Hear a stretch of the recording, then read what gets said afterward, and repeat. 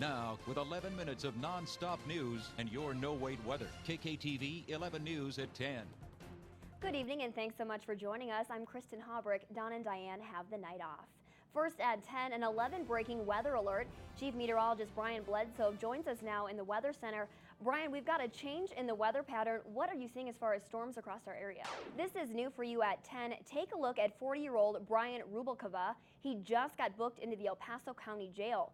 Police say he stole several packages from FedEx and UPS drop boxes in the Springs. Officers spotted him in this area today near Hancock and Platt. Police say Rubalcaba took off running but was eventually arrested a few blocks away. He already had 4 felony warrants out for his arrest, including 2 for burglary and 1 for kidnapping. And tense moments this afternoon at the Colorado Springs airport after reports of a suspicious bag. An employee reported the bag was smoking when it was unloaded from the cargo area of American Airlines plane that had arrived in the Springs from Dallas-Fort Worth. Airport officials cleared the concourse during the scare. The bomb squad and several other agencies were brought in to help. There turned out to be no threat, and operations at the airport returned to normal. New El Paso County Sheriff Bill Elder is already making changes just a day after taking office. At a news conference today, Elder addressed changes he wants to make within the department. The changes include combining services with the Springs Police Department to save money and addressing growing needs in El Paso County. We are already in the process. Yesterday, he reinstated 3 sheriff office employees who have been on paid administrative leave since Sheriff Makita scandal erupted more than 7 months ago. Those 3 are still part of an equal employment investigation. They filed a complaint about Sheriff Makita, but Sheriff Elder says he'd rather have them working while the investigation continues. Highway 85-87 is open again in Fountain. It was closed for a couple of hours earlier this evening because of a crash. Police tell us there were no serious injuries. The road was reopened after crews cleared the scene. No word yet on what caused the crash. 3 separate traffic crashes today, all involving Colorado Springs police cruisers. 2 of the accidents happened just a few minutes apart near the Tejon exit of I-25. An officer stopped to check out a traffic jam when a car crashed right into him. A different police officer was responding to that accident when he was also hit by a car. Both officers suffered minor injuries. A man involved in a sledding accident earlier this week has died. 33-year-old David Tietz was being pulled on a sled behind a car when he smashed into a parked vehicle. It happened in a parking lot near Monterey Circle in Colorado Springs on Monday night. At first, Cassandra Caton claimed to be driving the car when the accident happened, but further investigation revealed 43-year-old Michael Miner as the alleged driver. He's facing felony charges.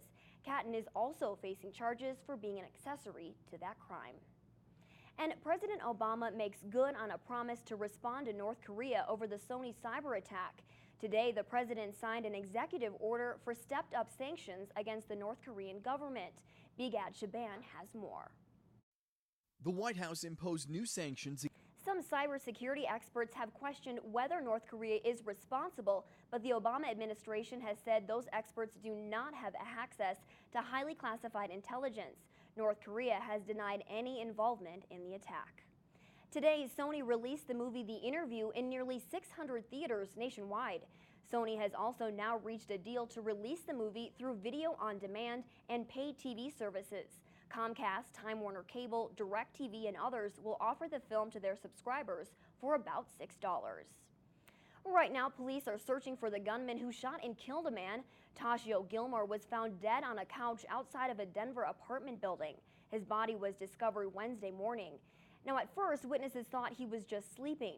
Some neighbors say they heard gunshots around 2 a.m. His death is being ruled a homicide, and at this point, police don't have any suspect information. And 11 minutes of nonstop news continues now with this.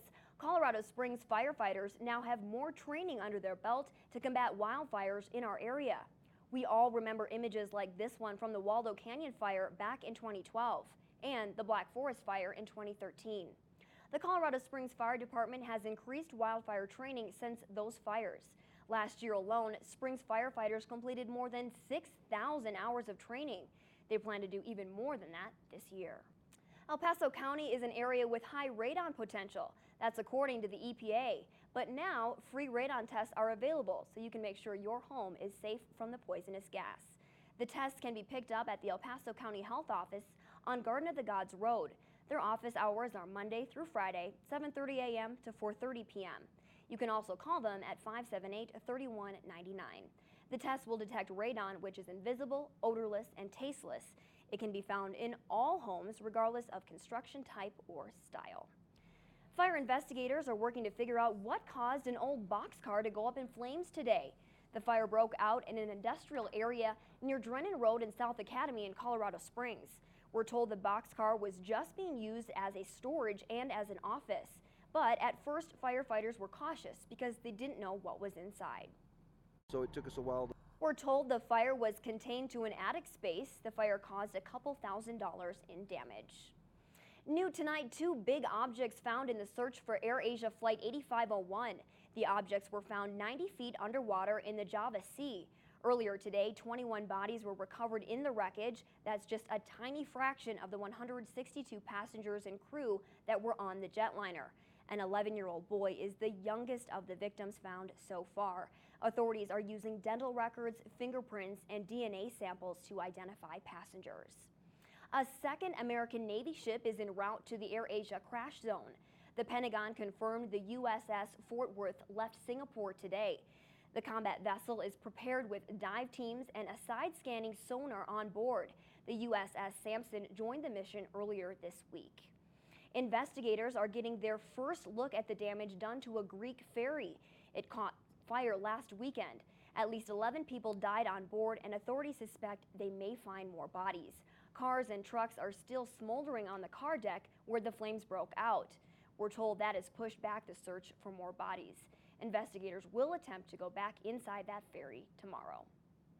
And traffic delays are expected this weekend on a popular stretch of highway. CDOT closed I-70 in both directions at Idaho Springs last night. They're building a new bridge over the highway. The interstate will remain closed through the weekend until around 6 a.m. on Monday. Detours are in place around the construction area, but there will likely be some backups.